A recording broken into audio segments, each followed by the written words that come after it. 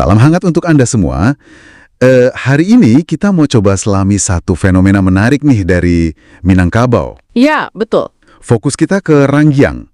Itu loh lumbung padi tradisional Minang, tapi fungsinya sekarang katanya mulai geser. Kita pakai sumber riset dari Journal of Innovation Research and Knowledge yang baru terbit akhir 2023 kemarin. Jadi tujuannya kita mau pahami bareng-bareng. Apa sih Ranggiang itu? Kenapa perannya sebagai gudang pangan komunal kok memudar? Terus dampaknya apa buat masyarakat sana? Iya. Coba bayangin deh, halaman rumah gadang yang megah itu kan, dulu biasanya ada deretan rangkyang, simbol makmur lah gitu. Nah sekarang gimana ceritanya? Mari kita telusuri. Tepat sekali. Jadi penelitian ini memang menyoroti adanya semacam disfungsi Rangkiang. Akarnya itu ternyata cukup dalam, menyangkut cara distribusi harta dan juga yaitu tadi ketahanan pangan di Minang. Oh, jadi bukan cuma bangunannya aja ya? Bukan sekedar fisik bangunannya yang mungkin udah nggak terawat, tapi ini lebih ke, wow, ada indikasi sistem manajemen resiko pangan komunal yang dulu kuat banget, terstruktur, sekarang kok kayak terkikis gitu loh sama zaman. Oke. Coba kita mulai dari dasarnya dulu deh. Rangkyang ini fisiknya bangunan buat nyimpen padi abis manen, kan ya? Biasanya ada di halaman rumah gadang. Iya, gitu. Betul. Tapi penting nih, dia itu lebih dari sekedar gudang. Secara tradisi, Rangkiang itu kayak institusi sosial ekonomi. Fungsinya vital banget. Vital gimana tuh? Iya, sebagai penjamin ketahanan pangan kaum. Kaum itu kan keluarga besar matrilineal yang tinggal di rumah gadang. Jadi ini sistem antisipasi kolektif gitu, buat hadapi paceklik atau kalau ada kebutuhan mendadak. Wah, jadi soal jaminan hidup bareng ya. Status ekonomi kaumnya juga kelihatan dari situ dong, dari jumlah dari kondisi rangkyangnya. Iya, bener. Makin banyak, makin terawat, ya makin dipandang mapan lah kaum itu. Dan ternyata, ada jenis-jenisnya juga loh, nggak cuma satu macem. Oh ya, apa aja tuh jenisnya? Nah, riset ini nyebut ada 4 jenis utama. Ada Siti Jaulawik, itu padinya buat beli keperluan rumah tangga yang nggak bisa dihasilkan sendiri. Terus si Bayo-Bayo. Si Bayo-Bayo. Iya, itu khusus buat makan sehari-hari anggota keluarga. Lalu ada si Tenggang Lapa. Nah, ini cadangan paling penting nih buat masa sulit, paceklik, atau kalau ada kebutuhan sosial mendesak.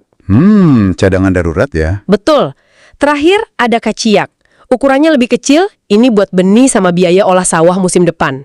Jadi kelihatan kan kearifan lokalnya, di mana mereka ngatur sumber daya bareng buat macam-macam kebutuhan jangka panjang. Luar biasa ya detailnya. Nah, balik ke soal disfungsi tadi. Apa sih pemicu utamanya? Katanya riset ini nunjuk ke perubahan struktur keluarga ya, sebagai faktor kunci. Tepat, itu temuan sentralnya. Jadi ada pergeseran besar dari hidup komunal di rumah gadang ke pembentukan keluarga inti. Keluarga inti maksudnya? Ya, suami, istri, anak. Mereka banyak yang milih tinggal di rumah sendiri, pisah dari rumah gadang. Akibatnya, wah ini fatal. Tanggung jawab soal pangan itu jadi geser. Dari tadinya komunal, ditanggung kaum, jadi tanggung jawab masing-masing keluarga inti. Terus, rasa tanggung jawab bareng buat ngisi dan ngerawat rangkyang jadi hilang gitu? Iya, memudar banget. Itu kerasa langsung dampaknya ke kondisi fisik rumah gadang sama rangkyangnya. Ada kutipan menarik loh di studi ini. Gimana tuh? Ada seorang ibu cerita dari 6 kamar di rumah gadang warisannya, cuma 1 yang dia tempati, yang lain kosong. Kenapa? Ya keradatnya pada bangun rumah sendiri. Ada juga yang ngeluh rumah gadang sama rangkyangnya rusak, tapi dia nggak sanggup perbaiki sendiri. Keluarga lain cuek aja. Waduh. Ujung-ujungnya yaitu rangkyang jadi terbengkalai. Malah ada rumah gadang yang sekarang sama sekali nggak punya rangkyang. Jadi perubahan keluarga ini besar ya pengaruhnya, tapi katanya ada faktor lain juga, ekonomi, modernisasi gitu? Ada banget. Faktor ekonomi dan modernisasi juga punya andil besar. Petani sekarang, menurut riset ini nih, cenderungnya jual hasil panen langsung. Langsung dijual? Nggak disimpan? Iya, kadang masih di sawah udah dijual, buat dapat uang tunai. Disimpannya di bank, bukan padi di rangkyang. Terus akses ke pasar kan sekarang gampang ya. Jadi orang mikir, ngapain nyimpan stok pangan banyak-banyak di rumah atau rangkyang? Oh iya, bisa beli kapan aja gitu ya? Betul. Ditambah lagi, ada pengaruh bantuan pangan dari pemerintah. Kayak dari Bulog, Anda tahu kan Badan Logistik Negara itu, atau program sembako lainnya. Ini secara nggak langsung bikin orang jadi kurang merasa perlu banget punya sistem simpanan tradisional kayak rangkyang. Oke. Jadi pergeseran keluarga, terus ekonomi modern, tapi kalaupun nih masih ada yang mau nyimpen padi cara lama, bukannya ada tantangannya juga ya soal nyimpennya itu sendiri? Tentu. Itu juga disebut di studi ini. Nyimpen padi lama-lama di rangkiang itu ada risikonya. Hama misalnya, rayap, tikus, itu bisa ngerusak gabah. Iya juga ya. Belum lagi harga jual gabah atau padi kan bisa nggak stabil kalau disimpan kelamaan. Malah ada informan yang cerita, dia terpaksa nyimpan hasil panennya di dalam kamar di rumah gadang. Kenapa? Ya karena rangkiangnya udah rusak, udah nggak layak pakai. Wah, repot juga ya. Jadi semua faktor ini ya, perubahan keluarga, ekonomi, modernisasi, plus tantangan nyimpennya sendiri, akhirnya bermuara ke dampak yang lebih luas lagi dong. Implikasinya signifikan memang. Yang paling nyata yaitu melemahnya sistem ketahanan pangan komunal. Kesiapan kolektif buat hadapi, katakanlah, kelangkaan pangan atau harga naik tiba-tiba jadi berkurang kan? Karena tiap keluarga inti jalan sendiri-sendiri. Ini juga artinya nilai-nilai sosial penting kayak gotong royong, tanggung jawab bersama dalam kaum, itu ikut memudar.